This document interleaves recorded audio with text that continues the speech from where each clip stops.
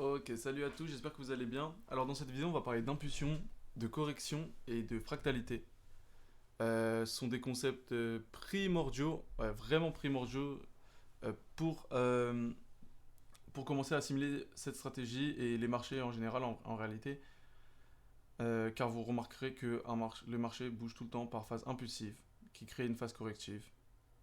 Et cette phase corrective recrée une impulsion, d'accord? Nous, ce qui va nous intéresser, c'est de se placer sur le C ici, c'est la fin de la correction. Mais ça, on verra plus tard. D'accord. Donc, tout ça, ça se répète sans cesse et peu importe l'unité de temps. Et c'est là qu'on va introduire la fractalité. Car concept en réalité banal, hein, on le voit partout, ça saute aux yeux. Mais on apprendra là dans cette formation comment l'utiliser à bien et, euh, et pourquoi c'est vraiment intéressant. Bon, la première raison, c'est que ça nous offre des opportunités en réalité infinies sur les marchés, la fractalité. Parce que la fractalité, c'est tout simplement quelque chose qui se répète à échelle différente. Si vous voulez, je vous ai mis l'image d'une feuille euh, pour imager tout ça. Le tronçon central représenterait le weekly, par exemple. Toutes les reliures qui en découlent représenteraient le daily, et ainsi de suite. Représenteraient le H4, le H2, le H1, le M15, le 5 minutes, le M1. D'accord? Parce que tout ce qui se passe en daily, on le voit aussi en 1 minute, on le voit aussi en 15 minutes, on le voit aussi en peut-être pas 1 seconde parce que c'est un peu moche, mais en 15 secondes, oui. On voit tout ça partout, d'accord? Et c'est ça la fractalité. Et c'est pour ça qu'on va pouvoir en profiter, c'est que malgré qu'on ait la direction daily, on pourra jouer sur du M15, sur du M5, sur du M1, sur du... Enfin, pas les secondes, on va éviter. Mais voilà. Et c'est pour ça qu'on pourra avoir des opportunités vraiment à l'infini. Donc nous, ce qui nous intéresse, c'est les phases correctives. Pourquoi? Parce que en rentrant sur la fin d'une correction, on peut s'attendre à quoi par la suite? À une impulsion. Donc voilà, ça reste des schématiques. On est en tendance haussière, là en tendance baissière. Mais voilà, c'est l'idée, c'est ça. C'est important de comprendre que nous voulons décrypter les phases de correction pour pouvoir nous positionner avant l'impulsion. Et c'est ce qui va nous intéresser. Parce que évidemment, se positionner ici après une impulsion, c'est complètement débile. On n'en sait rien de ce que le prix va faire. Une impulsion, on ne sait jamais quand elle s'arrête en réalité. Donc voilà. Donc nous, ce qui va nous intéresser, c'est ça. Et ce que je vais essayer de vous apprendre, va falloir travailler aussi de votre côté. Je ne peux pas tout faire, évidemment. Mais voilà, c'est ce que je vais essayer de vous apprendre. Donc, on n'oublie pas la théorie de dos, de base. Hein. En tendance haussière, les highs et les lows sont de plus en plus hauts. Et en baissière, ils sont de plus en plus bas. D'accord? J'ai pas fait de schématique parce que voilà, vous en avez partout. Vous tapez schématique, structure de marché, vous en avez partout des schématiques de théorie de dos. Bref, je suis pas là pour faire ça, moi. Mais voilà. Donc j'espère que vous avez bien compris.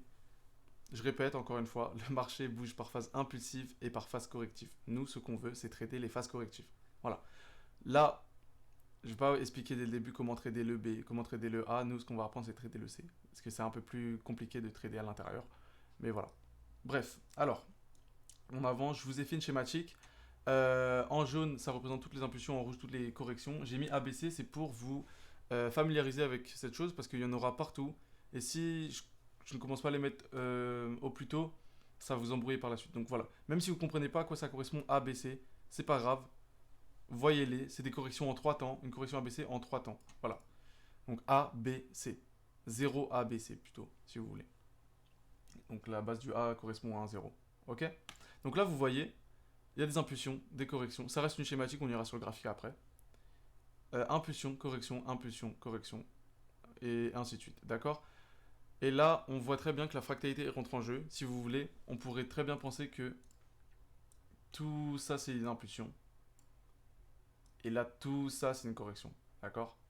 Qui donnerait une autre impulsion derrière. On voit bien A, B, C en 3 temps. Avec à l'intérieur des choses. Ça ne veut pas dire que c'est en plusieurs temps. Nous, ce qui nous intéresse, c'est ces 3 phases-là. Ok? Donc maintenant, je vais juste vous poser une question simple. Vous mettez pause sur la vidéo. Vous répondez dans votre tête. En regardant tout ça, qu'est-ce comment expliquer quel est le point qui vous intéresserait le plus pour vendre ou acheter par rapport aux corrections? Donc vous répondez dans votre tête, vous mettez pause, et évidemment, ce sera le C. On le voit bien. Le C, ce sera la fin de cette correction. Et ce sera ça qu'on veut trader pour ensuite être dans l'impulsion. Et ne, enfin, parce que, regardez, si vous rentrez par exemple ici, qu'est-ce qui se passe? Le prix coule direct. Si vous rentrez sur un mauvais point d'entrée, qu'est-ce qu'il va faire le prix? Il va faire ça, jusqu'à vous sortir, d'accord? Parce que ce ne sera pas le bon moment. Imaginons vous rentrez sur le A, qu'est-ce qu'il va faire? Le prix, il va faire ça, et il va venir à votre point d'entrée, et c'est terminé, ok? Donc c'est pour ça qu'on va apprendre à bien identifier quand une correction est finie, et quand elle n'est pas finie, ça sera par la suite. Je veux juste bien que vous compreniez encore une fois que les corrections sont le plus important, et que vous allez devoir apprendre à les repérer sur un graphique, d'accord? Donc bref, on va aller sur le graphique en vitesse, on va regarder ce que le graphique nous dit, on va juste vous essayer de vous dire que oui, là c'est une impulsion, ok, ensuite il y a la correction, d'accord, on va voir tout ça ensemble. Ok. Je vais mettre en violet toutes les impulsions peut-être, ou non, je vais mettre des carrés. Mettre des carrés peut-être. Hop, des carrés, on va les mettre, excusez-moi, tac, hop, hop, hop. Ok. Donc tout ça correspond à notre impulsion, d'accord? Et qu'est-ce qui en découle juste après? On verra qu'il y a plusieurs patterns de ABC. On a notre ABC, d'accord? Qui découle sur quoi d'autre? Une autre impulsion. Ouais, excusez-moi. Puis suivi de sa correction.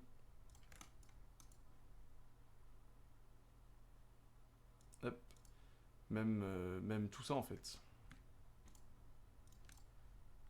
Même tout ça. A, B et notre C ici. Je vais enlever celui-là, parce que celui-là il est un peu plus compliqué à prendre. Ok. Suivi de quoi? Toujours son impulsion. Qui est suivi d'une correction A, B, C. Qui est suivi encore de quoi? Évidemment, d'une impulsion. D'accord. Qui est suivi de sa correction. Et encore une fois, ensuite, on a notre impulsion. D'accord? Donc voilà, impulsion là. Qu'est-ce qu'on a encore ici? Impulsion, correction. Bon, là, on est là, ok? On est au prix actuel. Et là, qu'est-ce qu'on pourrait se dire, en fait? Que c'est potentiellement une correction qui est en train de se mettre en place. D'accord? Une grande correction de cette grande impulsion. Pourquoi pas voir ça? A, B, et là, en dessous du A, notre C. D'accord? Pour pouvoir acheter, continuer à acheter, jusqu'à des plus hauts. Ok? Donc voilà. Là, vous voyez bien qu'il y a des impulsions et il y a des corrections. Et qu'est-ce qui en découle en général tout le temps, hein? Mince. Hop, tout le temps, c'est que quand on prend la règle... Mince. Quand on prend la règle, 45 jours d'impulsion, d'accord? 93 jours de correction, ok? Et ça, ainsi de suite, vous le voyez partout. Là, pareil, grande correction, impulsion, grande correction, impulsion, grosse impulsion, qu'est-ce qui en découle? Une grosse correction, d'accord? Et ça ne veut pas dire qu'on ne peut pas trader là-dedans, justement.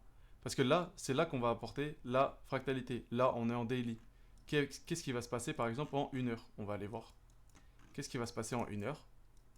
Exactement la même chose. Impulsion, A, B, C. Impulsion. D'accord? Et ça en boucle sur les marchés, en boucle et en boucle et en boucle. Je vous partagerai, j'ai pris ce trade d'ailleurs, je vous le partagerai. Parce que les marchés se répètent, et peu importe l'unité de temps, tout ça est répété. Donc voilà, bon, on en a fini je pense avec cette vidéo. C'est juste la base. Hop, excusez-moi. Non. C'est juste la base, mais c'est pour que vous compreniez bien que le marché est fractal, que le marché bouge par impulsion et correction, et que ça ne sert à rien de se cantonner à une seule unité de temps, de dire moi je traite que en H1 et M15. Ça n'existe pas. Il faut savoir jongler avec les unités de temps et savoir repérer surtout la tendance de fond, les tendances mineures, les tendances majeures, et ne pas être à contresens parce que et se dire oui j'ai pris un trade en 1 minute, forcément ça va aller à ma target daily, ça ne marchera jamais en fait, c'est pas possible, c'est clairement pas possible, faut être cohérent avec ses targets, faut être cohérent avec sa structure et voilà. Donc voilà les gars, donc j'espère que ça vous a plu. On passera dans les détails dans les prochaines vidéos, surtout sur les patterns de correction. Je vais vous expliquer, il en existe 4 différentes. Je vous expliquerai comment les différencier. Il y en aura une qu'on ne tradera pas. Je vous expliquerai pourquoi aussi. Et puis voilà. Donc salut les gars.